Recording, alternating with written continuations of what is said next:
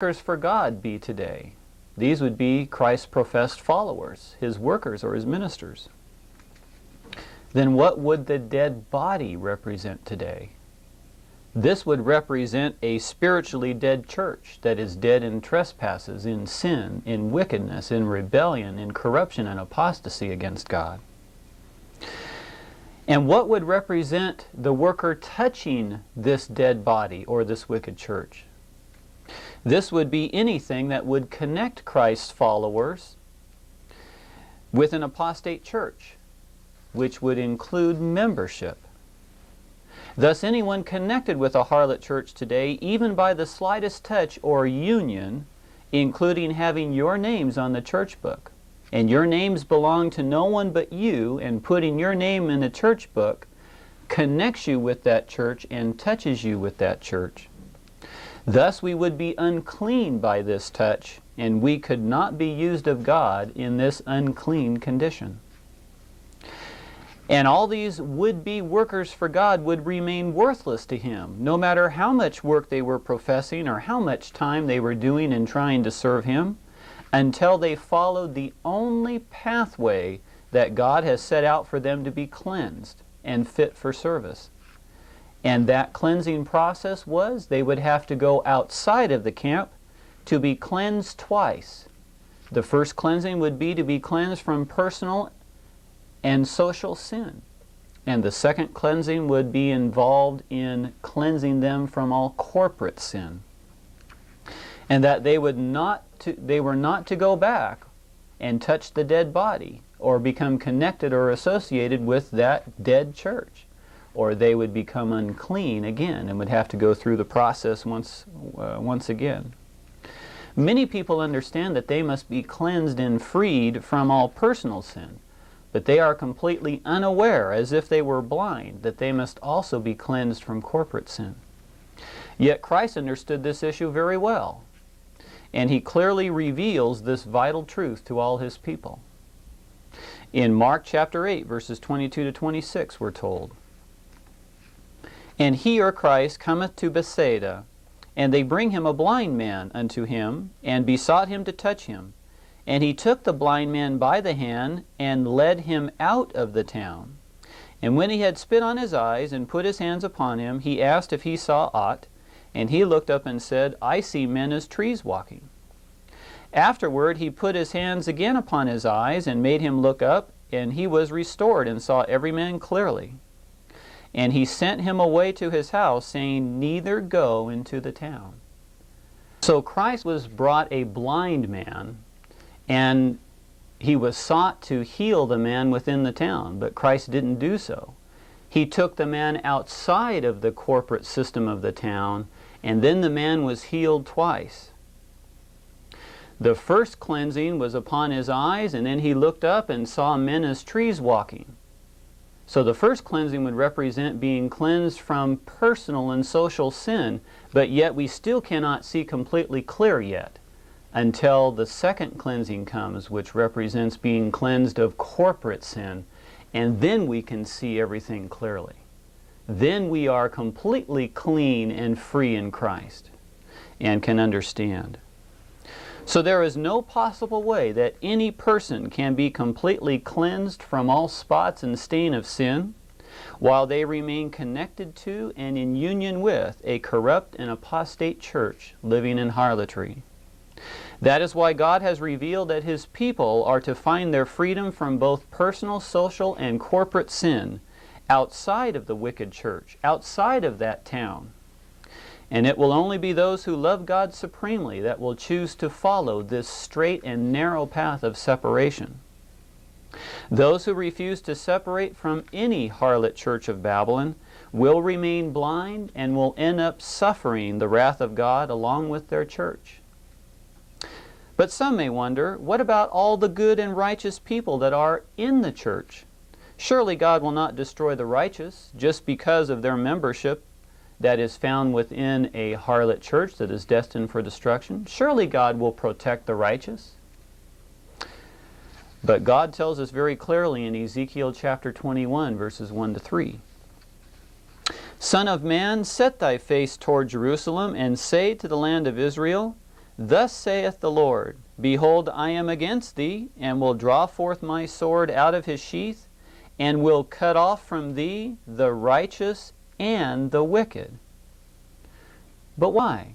Why are the righteous going to be destroyed along with the wicked in the church? Because the good and righteous people refuse to separate themselves from the company of the wicked. They refuse to disconnect their union from their doomed church. They chose to remain connected. Now we're familiar with the Korah, Dathan, and Abiram rebellion. Korah, Dathan, and Abiram believed that they had just as much right to lead out in God's church as did Moses and Aaron.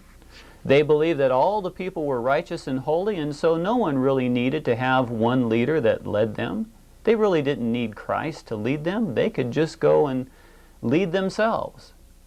And they started a rebellion against God and against His followers and true workers. And so God became angry, and He told Moses and Aaron to separate themselves from the entire congregation so that He, or God, might destroy all the membership right along with those that rebelled with Korah, Dathan, and Abiram, which were 250 princes of Israel. But Moses and Aaron pled with God not to do such a thing. They told him in Numbers 16, verse 22, O God, the God of the spirits of all flesh, shall one man sin, and wilt thou be wroth with all the congregation? So they were basically saying, shall one man sin, and will you be angry with all of the corporate body? And what's the answer to that question? The answer is yes. It's called corporate responsibility. Yet our merciful and long-suffering God gave a way of escape for His honest and righteous people so that they could avoid being destroyed along with the rebellious church leaders. In Numbers 16:24, God says, Speak unto the congregation, saying, Get you up from about the tabernacle of Korah, Dathan, and Abiram. So God was indeed angry with all of the church membership, including the righteous. But in mercy, God gave a way of escape, only one pathway for all of His people to follow in order to escape being destroyed along with the wicked.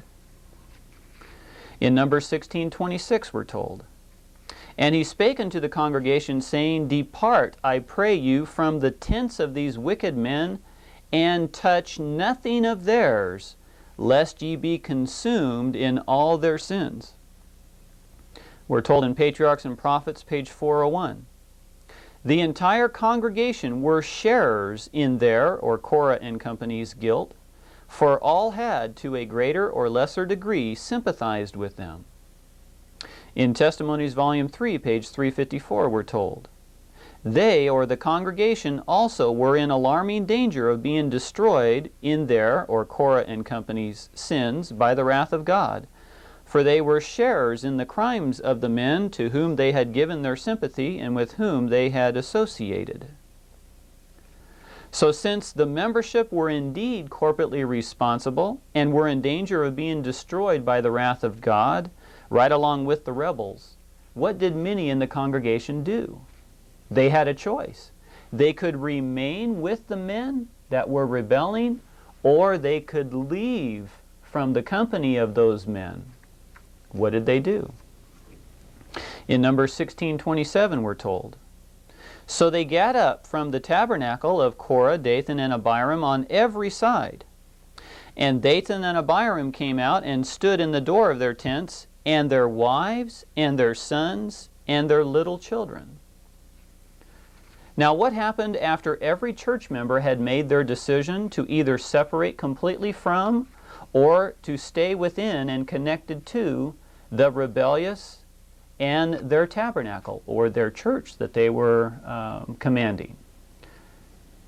Those that stayed within were destroyed, including those who never spoke a word in favor of or against the apostasy.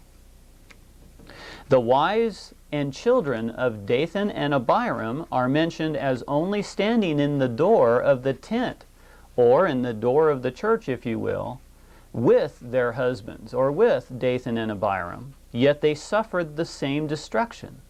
Why? They were held corporately responsible for the sins of these wicked men because they did not separate themselves from the tabernacle. But what about the children of Korah? The children of Dathan and Abiram are mentioned, but what about the children of Korah? Were they also destroyed along with him and the families of Dathan and Abiram? No. In Numbers 26:11 we're told, "Notwithstanding, the children of Korah died not." So why didn't the children of Korah die along with their rebellious father and leader?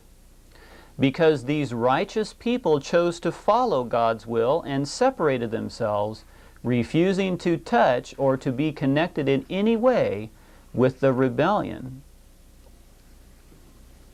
Even though it must have been hard for them to separate from those that they loved, yet they loved God more than any earthly connection or any earthly association. They refused to be corporately responsible and a partaker of their sins, and God spared only these righteous from being a sharer in the destruction. God also clearly establishes this truth through the experience of Lot. Lot was given a choice of where he wanted to go and live. You remember when Lot's people and Abraham's people were living together as one, and there broke out a fight, and there had to come a separation between the two companies because they weren't getting along. Abraham gave Lot the choice of where to go. And Lot, even though he was separate from a corrupt corporate body, chose to go and unite himself with Sodom and Gomorrah, which was very corrupt. Well, because of the corruption there, the sins had raised up to God's ear and his attention, and he sent two angels to go down and see if what he saw and heard was indeed true, so to make sure that it was accurate. And these two angels came in, and Lot found them and asked them to come to his home, and you're familiar with all the trouble that broke out. But Lot and his family were righteous. Yet, what did the angels tell them? In Genesis 19, verses 15 and 17, we're told, "The angels hasted Lot, saying, Arise, take thy wife and thy two daughters which are here, lest thou be consumed in the iniquity of the city. Escape for thy life, look not behind thee, neither stay thou in all the plain. Escape to the mountain, lest thou be consumed." So even though Lot and his family were righteous, God told them through two angels' messages that they must separate completely from their wicked corporate body or be corporately responsible and a share in the sins, and they would be destroyed right along with their corporate body. All of their righteousness could not save them from being destroyed along with the wicked if they refused to separate from the company of the wicked. Yet what did Lot do? Lot chose to delay to obey and refused to separate until the very last possible moment to do so. And the result of this disobedience, the result of this delaying to obey God's word through angels' messages, cost Lot his wife.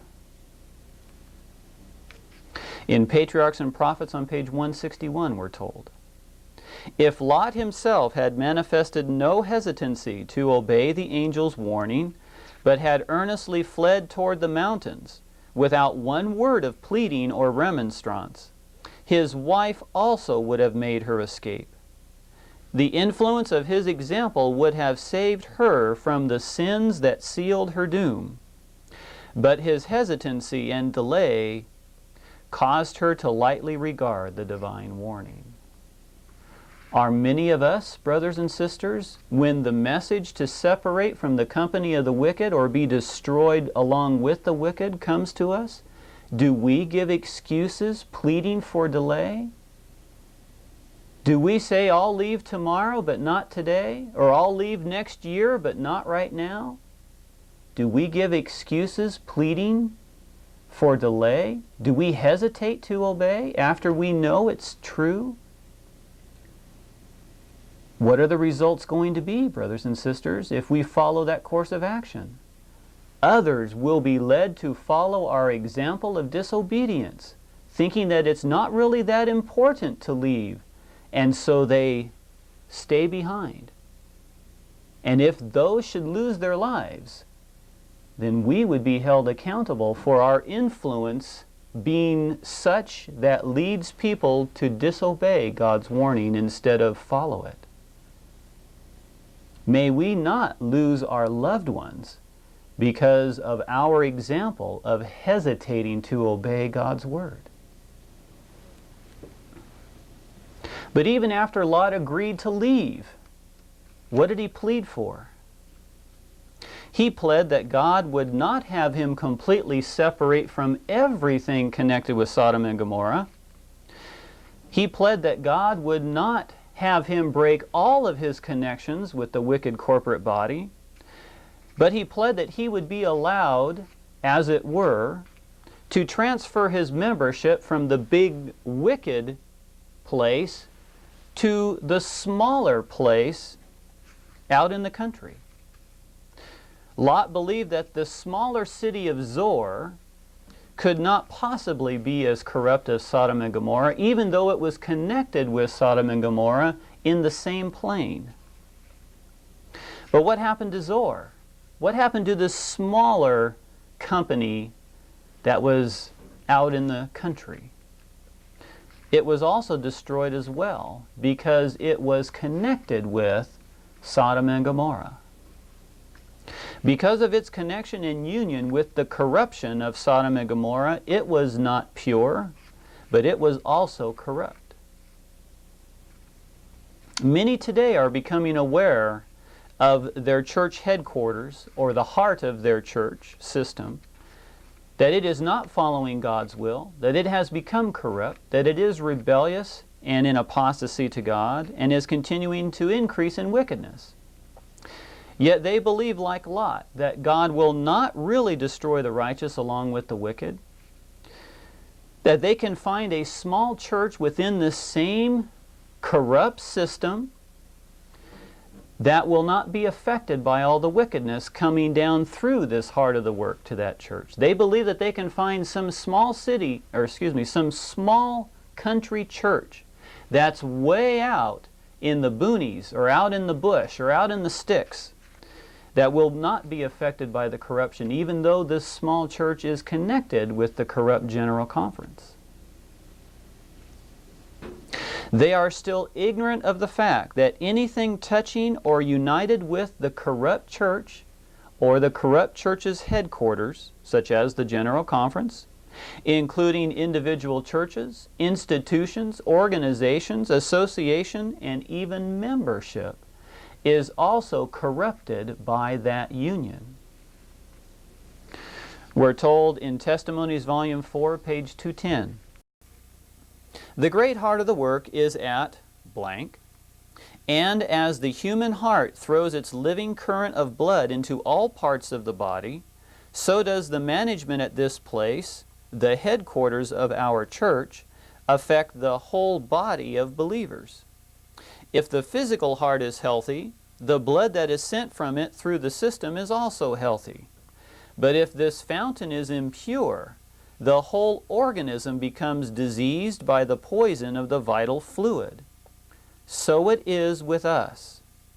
If the heart of the work becomes corrupt, the whole church, in its various branches and interests, scattered abroad over the face of the earth, suffers in consequences." So anything that is connected with the corrupt General Conference, the heart of the work, whether these are churches, whether these are organizations, whether these are anything in association with, groups, or members, can also be affected by the corruption that comes down through the General Conference. Just like every part of our body is nourished by the blood that comes to it. And if the blood doesn't come to one part of the body, then it dies. So, if our heart is corrupt, then every single part of our body will receive the corrupt fluid, thus making every part of our system corrupt. It's the same with the church, brothers and sisters. The General Conference is corrupt. You can find that in Spalding and McGann, page 35. And as such, every single entity that is connected with the General Conference is corrupted right along with it. So there is no possible way that any Seventh-day Adventist church can be found, including those small churches that are way out in the sticks, way out in the brush, which is not also corrupted because it is connected with the corrupt General Conference. And what does God want His people to do if they should find themselves resting in or connected to any part of a church or a corporate body that is polluted with sin and wickedness? What does God want His people to do? In Isaiah 52:11 we're told, depart ye, go ye out from thence, touch no unclean thing, go ye out of the midst of her, be ye clean that bear the vessels of the Lord. So if we would remain connected with the unclean church, then we would not be clean. We would be contaminated with that church. We're also told in Micah 2:10, arise ye and depart, for this, or this church, is not your rest, because it is polluted.